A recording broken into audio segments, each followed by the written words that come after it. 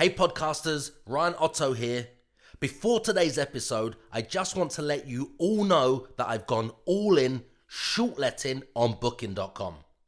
Back in 2005, the returns were good, but nothing like what we're achieving 14 years later.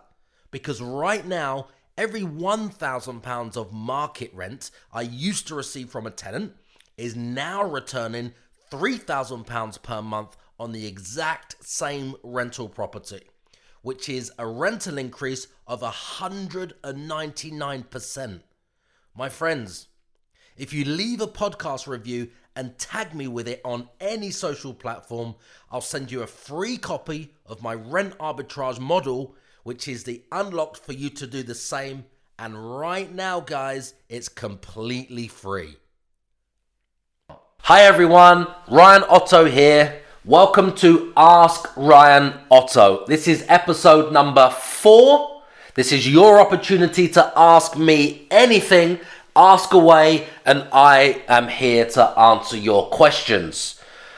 So the question that we have for this episode is, if I don't own the property, what's stopping the landlord from taking the property back? If I don't own the property, what's stopping the landlord from taking the property back? Right, that's a very good question. I'm glad that you asked that question because lots of you guys here on YouTube watching this and over on the Perfect Property Deal podcast will really benefit from knowing the answer to this question. So that's a very good question. Thank you for that. Now it comes down to a few things. What's stopping the landlord from taking the property back? So I understand that you want to get into this because I've got a bit more of your background. You want to get started. You want to get your first perfect property deal. You want to avoid paying a mortgage deposit and putting all the money down, etc. So you've chosen to rent the property in this way and run it as a short let to avoid buying in the uncertain climate. I understand. So I understand that background just for you guys. So you guys listening and watching, you have a bit more of the context behind the scenes for the person who asked this particular question. Now, you will have to have the right agreement. I can't stress enough, you have to have the right agreement. If you've been on Facebook or Twitter or on social media and somebody else has, you've been talking about this topic for argument's sake and you said, I don't want to go to a solicitor to pay for the agreement, or has anybody got an agreement that I can use? You will find people that will say, yes, I've got an agreement, I used it, it's absolutely fine, it works, it's perfect, you can have it for free. Or maybe you can have it for, a charge. I don't know if they're giving it away, or you can download it on somebody's website for free, or if there's a small charge. But what I would say is the agreement is the most important part, or one of the most important parts. Now, what I mean by that is if you've entered into a deal and you can see the profit, let's say it's a 5-year agreement. Let's say it's a 5-year agreement and you can see that you would be making, let's just say, £2,000 a month, okay? Now, that's £24,000 a year. It's a lot of money over 5 years. Let's just say you didn't use the right agreement from the start. You got the agreement off of the internet. You downloaded it off of one of these sites or one of these companies giving it away for free. Or you even used one that somebody else had used and it's been passed around. And maybe they didn't actually have any problems to do with termination or early termination or any reasons why the landlord would try to get out of that agreement early. For any reason at all. Could be they need to sell. Could be they've come into some financial problems. Could mean that they're being repossessed. It could mean that they've split up with their partner. Now they have to, divvy the house up, or one of them's going to move back in if it's a divorce settlement or something like that, and the children have to move in, or maybe it's any other element that will arise, can arise. I've seen lots of these things arise, okay, from the deals that we've done. So let's assume that you did have £2,000 a month locked in, or you thought you had £2,000 a month locked in. And then you go out making plans on the back of that. Well, I've got £2,000 a month coming in every single month for the next 5 years. So you go out and make plans. Maybe you buy things you wouldn't have normally bought. Maybe you reinvest the money. Maybe you go and upgrade your property and now you've got a bigger property. Maybe you take on another member of staff. Maybe you spend it on a Rolex watch, or maybe you go on a luxury holiday, or maybe you sign up to an exclusive package in Mayfair at the gym where it's, £600, £700, £800 a month. Whatever you decide to do, let's just say you've counted your chickens before they've hatched, okay? Now, that's absolutely fine to do those things and spend the money however you want, whether it's on, things that will make you more money, or whether it's things that are shiny things which you just want to spend money on. That's entirely up to you guys. Now, if there was a problem and if the landlord tried to back out and cancel the agreement or terminate the agreement and you didn't have the right agreement, it's as simple as the rug would be pulled from underneath you. I can't stress enough, if you haven't got the right agreement, you cannot really count that money as money in the bank if it's the whole concept, the whole deal, the whole structure has been built on sand, okay? Let's just say it's built on sand if you don't have the right agreement, okay? Because it could come down to something like this. Let me give you an example. Actually, let me give you a real example. Now, a property that I leased on the south coast, okay? Property in the south coast that I leased, it would have been fantastic to have it long term. Fantastic property, okay? Now, it got to the point where when I did the deal, it was with one person, okay? The owner, okay? So this would have been a 3-year lease? I think this was a 3-year lease. It was a 3-year lease. This was a 3-year lease, I remember. It had an amazing balcony upstairs. It was about 50 square meters on the roof. It was the penthouse with a massive outside balcony, okay? Fantastic. Now, I could not wait until it became the summer, knowing what we was earning in the winter months.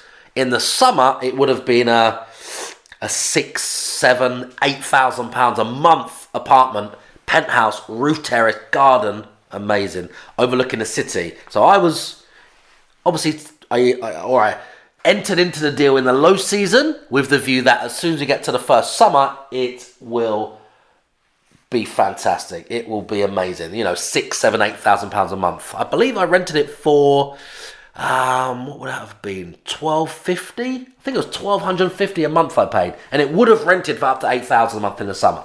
So, entered into that particular deal in the right way, okay? Using my agreement, the right agreement, put together by a lawyer, and obviously we develop it as we go on. As we come into problems, encounter problems, it goes back to the lawyers, we change it, upgrade things, put new things in, and then it overcomes that challenge. So we've developed it. It's a constant, ongoing development process.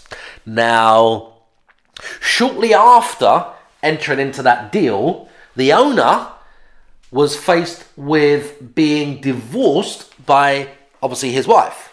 Now, part of the divorce settlement was the wife got to have that property, and she got control over some other properties that he had, okay? So as soon as the wife took over, she was like, okay, this was within a matter of a few weeks. This is my apartment now. I don't want you here. So I'm just going to terminate this agreement. You've got to leave, right? That's what she tried to do. Now, if that agreement wasn't robust, put together in the right way, with the right clauses, the right exit clauses, the right termination clauses, the correct penalties, if something like this eventuality should happen, I would have just wasted all of the money I put into that property. And let me remind you, that particular property was in terrible condition when we got it. Terrible condition. So we had to put our own money in to renovate the property. I mean just light cosmetic stuff, inside, flooring, facelift. Not spending hundreds of thousands of pounds or new kitchens and bathrooms. I mean, it had a good facelift, okay? Decoration, floorings and soft furnishings and everything else. So with all of that and all the furnishing and decorating and the void at the start and maintenance and tradesmen, we put a few £1,000s into that property, knowing that it's ours for the long term and it's secure. And in the summer months, especially the summer, it's good in the winter, but it's amazing in the summer. We would have earned, generated £6,000, £7,000, £8,000 a month, and was only paying £1,250 a month, okay? Because it was in a bad, poor state. So when it came to, she actually instructed lawyers, solicitors, because our agreement was that robust, it was that tight, it was put together so well. It was very fair, but just overcoming this if they enter into the agreement and just change their mind and just want to take the property back, which is basically what this new owner who inherited the property from a divorce settlement tried to do. And it went on for, I think it was around 5 or 6 months or so. We managed to, it wasn't as if next Friday you have to be out because it's like a 14-day termination. We agreed to an early termination based on a financial settlement that they had to reimburse my company with. So everyone was happy in the end, okay? But let's look at if you didn't have the right agreement. So let's say you find a property, you haven't used the right agreement because you've tried to save money at the start. I understand if you're doing this on a shoestring budget, but you do need to have the right agreement. Because let's say you just furnish the property. So you've got the property from the landlord, you signed them up on the agreement that someone gave to you, or you downloaded for free, or you got it very, very cheaply. Wasn't specifically drafted by a lawyer, or a property specialist solicitor who understands short letting, management agreements and these types of contracts, okay? And the clauses they have to have. And you've paid the first month's rent, for argument's sake. You've paid the deposit.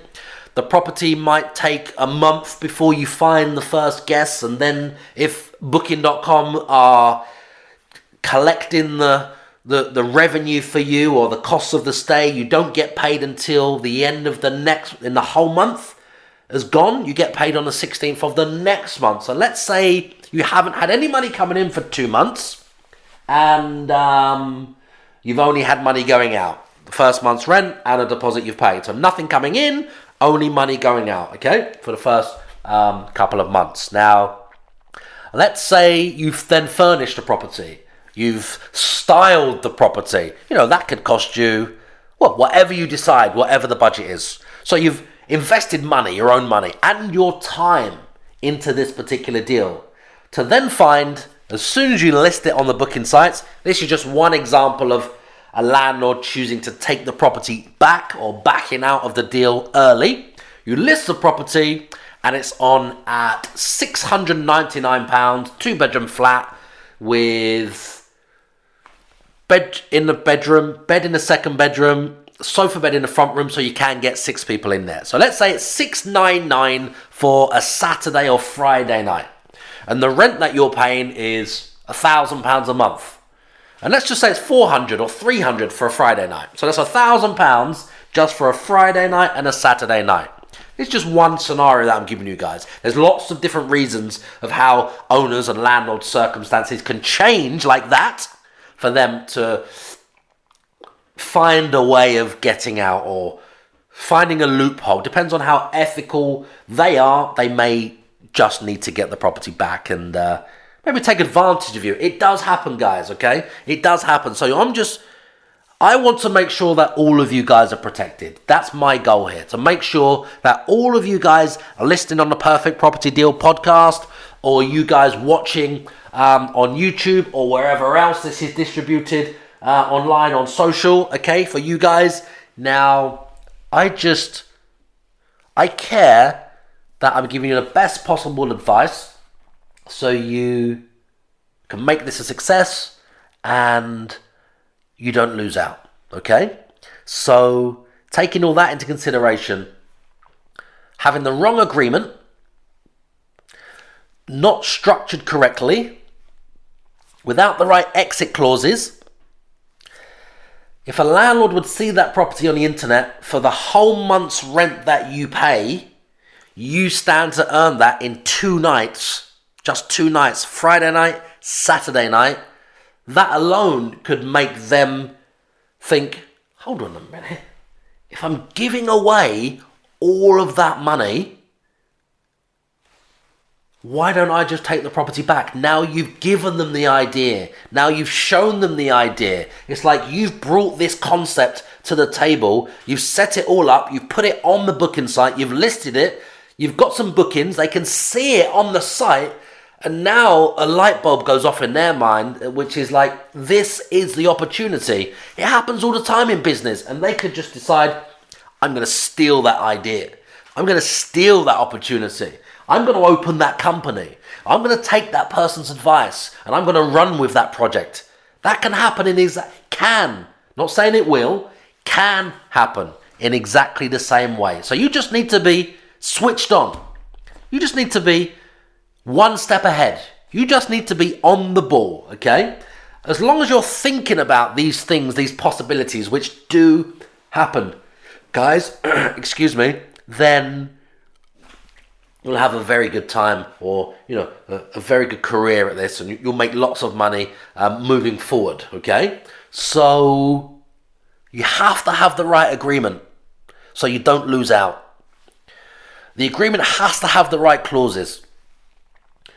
Yes, the landlord can take the property back if you don't have those correct things in place. My best advice for you, work with somebody that you know is already doing this, just to be able to model what they're doing or model their agreement. Okay, this is someone already doing it that has put the money in, has put the time in, has had it drafted by a solicitor, has had that agreement tested, and knows that that agreement works. When you've got someone like that around you, then you can avoid all of those mistakes and look forward without being held back by those mistakes. You could do a joint venture with those guys that have already got everything up and running and established to ensure that you can get a copy of their agreement. Or you could ask them for advice where they got their agreement drafted, what solicitor they used, and could you use their solicitor? That's a couple of options, because if you go into this without an open mind and your eyes wide open, those are some of the pitfalls that could or would affect you. And I don't want you guys to start to get that momentum, to then be pulled back, to be held back, have these burdens, losing money, dealing with landlords trying to take their properties back because they've now seen how much money you can make. I just want you to be able to move forward as quickly as possible to get the momentum you need to make this a real success. And I'll be so pumped if you guys just hit me up on social, came back to me, commented on my social, sent me an email or sent me a video and let me know about your success and how you were doing, and how this talk alone helped you or inspired you. I would love that, okay? So in the answer to your question, I've rambled on for a while. Yes, they can take the property back if it's not set up properly. You have to have the right agreement. Make sure you get it drafted by a lawyer, or you work with somebody who's already having success at this, has had their agreement tested, and people haven't been able to back out, okay? So thank you all for watching this episode. I've had a great time here today with you guys on this particular episode. I really appreciate all of you watching on YouTube and you guys listening on the podcast, and everybody else where this content will be distributed on social. Don't forget to subscribe, guys, to make sure that you get the exclusive content, the bonus content. And I would really I'll be so pumped if you guys just let me know what you thought about this episode. So let me know what you think. Just hit me up on any social, comment below this video, send an email to my office. Let me know in the Perfect Property Deal community on Facebook. I would really love to hear from you guys. So remember, guys, you keep asking the questions and I will keep answering them. You're only one perfect property deal away from everything that you want. Hey podcasters, thanks for listening. Please go ahead and share the podcast with your friends. And if you're not already subscribed, make sure you subscribe so I can instantly deliver my best business tactics and entrepreneurial content to you the second it's released. Does that sound like a good deal?